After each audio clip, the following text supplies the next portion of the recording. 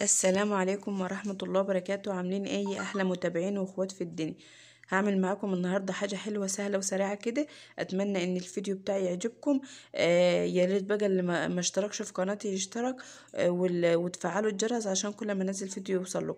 اتأكدوا بالله عليكم ان انتم فعلان الجرس، لان الفيديوهات نازلة خالص اليومين دول. النهاردة ان شاء الله عند اخويا هشارك برضو معاكم الفيديو، هو يعمل لكم رغوة النسكافيه ومشروب الشوكولاتة. طريقته سهلة خالص وطعمه خطير، يا رب تجربوه كده وتقولوا لي رأيكم فيه ايه في الكومنتات.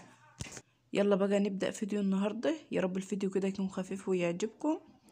معايا هنا فنجان كبير من الحليب او كوباية كبيرة من الحليب، طبعا حسب الرغبة عندك، حسب ما تحبي تعملي الزن يعني. وبعد كده بتحطي معلقة كبيرة من النسكافيه ومعلقتين كبار من مشروب الشوكولاتة بديل مشروب الشوكولاتة الكاكاو، ومعلقتين كبار من النشا، ومعلقتين او 3 من السكر حسب الرغبة. بس انا بصراحة نسيت اصور السكر، طبعا السكر ده بيبقى حسب الرغبة. بس هنا خلاص حطيت بقى الفنجان من الحليب، وحطيت هنا معلقة كبيرة من النسكافيه، وهحط المعلقتين برضو مشروب الشوكولاتة، وبديلهم زي ما قلت لكم الكاكاو. هخلط بقى المكونات دي كلها، واحط برضو النشا، واخلط المكونات دي كلها على بعضها. هحط برضو النشا واقلب المكونات دي كلها. اهم حاجه لازم تقلبي ده كله قبل ما تحطيه على النار، عشان خاطر ما يكلكحش معاكي او كده.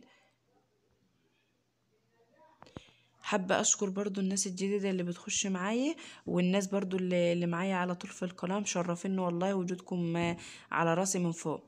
هنزل بقى بالمعلقتين السكر او ال3، طبعا زي ما قلت لكم حسب الرغبه. طبعا كل واحده بتحب الحاجه مسكره او عادبه، هو يكون كان مظبوط معايا.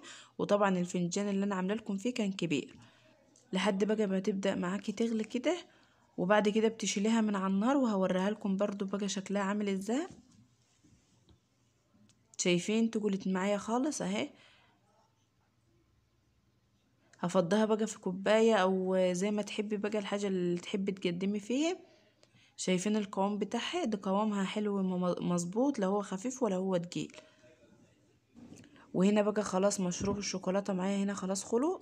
وبعد كده هعمل بقى رغوه النسكافيه، عملتها معاكم برضو قبل كده، بس هعملها برضو معاكم عشان اللي حابب ياخد فكره برضو معايا.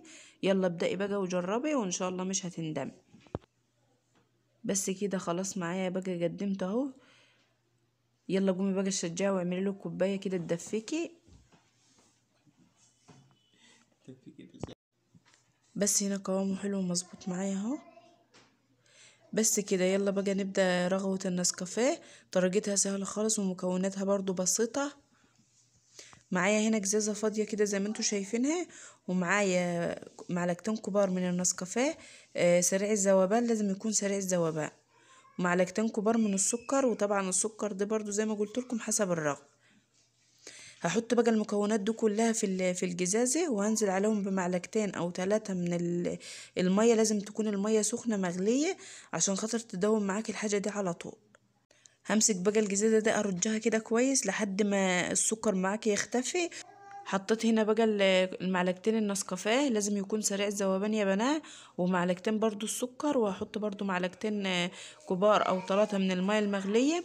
وهرج الجزازة دي، اهم حاجة ترجي حلو لحد ما تتأكدي ان السكر معاكي داب، وتتأكدي ان الجزازة معاكي عملت فوم وتغير لونها. وهتشوفوا برضو اللون عامل معايا الزن، والكمية زادت وعملت الزن وياي. بس هنا خلاص طبعا هفضيه زي ما انتوا شايفينه، شايفين قوامه معايا. بس هنا خلاص بقى تحطيه في برطمان كده وتقفليه حلو وتحطيه في التلاجة. لمنين ما تحبي تعملي منه بتطلعي كده معلقة او 2 وتحطيه على اللبن المغلي. وبعد كده بتقلبي حلو بتقلبيه حلو، اهم حاجة تقلبيه حلو. وبعد كده خلاص بقى ايه بيبقى معاكي جاهز. بس هنا خلاص بقى هغلي كوباية اللبن واحط عليه كده معلقة او معلقتين، ويكون جاهز معايا كده. خلص فيديو النهارده، يا رب الفيديو يكون شجعكم كده. ما تنسونوش بقى باللايك والاشتراك وتفعلوا الجرس عشان كل ما انزل فيديو يوصل لكم. بالله عليكم ما تنسونوش باللايك والاشتراك، لان القناه نازله خالص اليومين دول. اللايك مش هيخسر معاكم، بس بيشجعني وبيديني طاقه اني اكمل. بس هنا خلاص، واستودعكم الله، والسلام عليكم ورحمه الله وبركاته.